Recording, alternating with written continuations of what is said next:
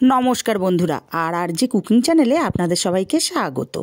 আজকে নিয়ে হাজির হয়ে গেলাম নিরামিষ লাউয়ের একটা দুর্দান্ত রেসিপি নিয়ে। যে লাউ খেতে চায় না সেও চেটেপুটে খাবে। তো চলুন শুরু করা যাক। আমি এখানে লাউগুলো একদম পাতলা করে খোসা ছাড়িয়ে তারপরে ভালো করে ধুয়ে কুচিয়ে নিয়েছি। আর দুটো মিডিয়াম সাইজের আলু একটু ছোট ছোট টুকরো করে কেটে দিয়েছি। প্রথমেই আমি একটা বাটির মধ্যে 1 বাটি বেসন দিয়ে দিলাম, সামান্য একটুখানি হলুদ দিলাম, হাফ চামচেরও কম লবণ, আর খুব অল্প একটু কালো জিরে দিয়ে শুকনো উপকরণগুলো খুব ভালো করে মিশিয়ে নিয়েছি। এখন এখানে অল্প অল্প জল দেব, দিয়ে ঘন করে একটা ব্যাটার রেডি করে নিতে হবে। জলটা একবারে ঢেলে দেওয়া যাবে না, অল্প অল্প জল দিতে হবে আর ব্যাটারটা গুলে নিতে হবে, যাতে বেশ মোটা একটা ব্যাটার তৈরি হয়। ব্যাটারটা দেখুন এইভাবে আমি বানিয়ে নিয়েছি।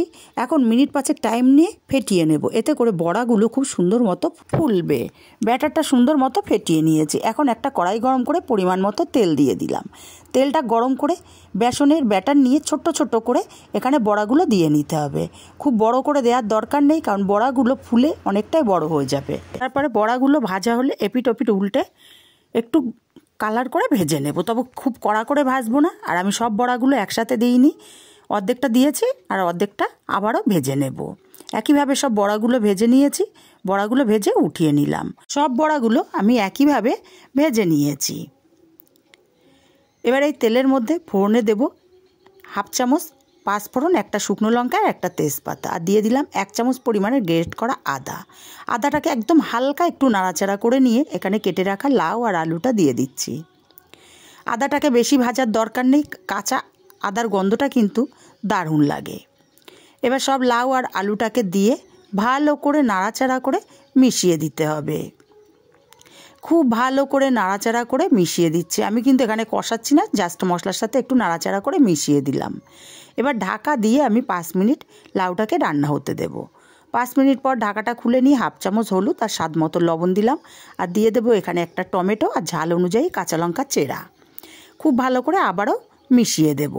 মিশিয়ে দেওয়ার পরে ঢাকা দিয়ে আমি আরও 5 মিনিট এইভাবে রান্না করব। 5 মিনিট পর ঢাকাটা খুলে নেব। এখন দেখুন লাউ থেকে জল বেরোতে শুরু করে দিয়েছে, আর লাউটাও অনেকটাই সেদ্ধ হয়ে গেছে, আলুগুলোও সুন্দর মতো সেদ্ধ হয়ে গেছে। এখন এখানে দিয়ে দেব 1.5 চামচ চিনি আর ভেজে রাখা বেসনের বড়াগুলো। খুব ভালো করে আবারও মিশিয়ে দেব। খুব ভালো করে মিশিয়ে দিয়ে তারপর ঢাকা দিয়ে আমি 10 মিনিট রান্না করব। লাউটা রান্না হতে থাক, ততক্ষণে একটা মশলা রেডি করে নেব। একটা কড়াইতে 1 চামচ গোটা ধনে, 1 চামচ গোটা জিরে আর 1 টুকরো দারচিনি, 4টে লবঙ্গ, 4টে এলাচ দিয়ে দিলাম। মশলাটাকে নেড়ে চেড়ে ভেজে নিতে। মশলা থেকে সুন্দর গন্ধ বেরিয়ে গেছে, সরাসরি মিক্সচার জারে ঢেলে নেব, মিহি করে গুঁড়ো করে নেব। আর এদিকে লাউটা আমি 10 মিনিট ঢাকা দিয়ে রান্না করেছিলাম। বড়াগুলো এখন ফুলে সব আরও বড় হয়ে গেছে, দেখেই বুঝতে পাচ্ছেন বড়াগুলো সুন্দর মতো ঝোল টেনে নিয়েছে। এইভাবে আমি নাড়াচাড়া করে আরও 2 মিনিট রান্না করে এক্সট্রা জলটাকে শুকিয়ে নেব। আর আলুগুলো দেখুন কত সুন্দর সেদ্ধ হয়ে গেছে, আলুগুলো কিন্তু গলে যাচ্ছে। এইভাবে 2 মিনিট নাড়াচাড়া করে এক্সট্রা জলটা শুকিয়ে নেওয়ার পরে এখানে দিয়ে দেব ভেজে রাখা গুঁড়ো মশলাটা। এই মশলাটা দেওয়ার দরুন লাউয়ের টেস্ট কিন্তু দ্বিগুণ বেড়ে যায়। ভাজা মশলাটাকে দিয়ে আবারও নাড়াচাড়া করে আরও 1 মিনিট এইভাবে রান্না করে নেব। 1 মিনিট রান্না করে নেওয়ার পর এখানে দিয়ে দেব হাফ চামচ পরিমাণে ঘি। ঘিটা যদি আপনাদের হাতের কাছে থাকে অবশ্যই দেবেন। ঘিটাকে দিয়ে ভালো করে মিশিয়ে দেব। খুব ভালো করে মিশিয়ে গ্যাসটাকে অফ করে দিয়ে 5 মিনিট ঢাকা দিয়ে স্ট্যান্ডিং টাইমে রেখে দেব।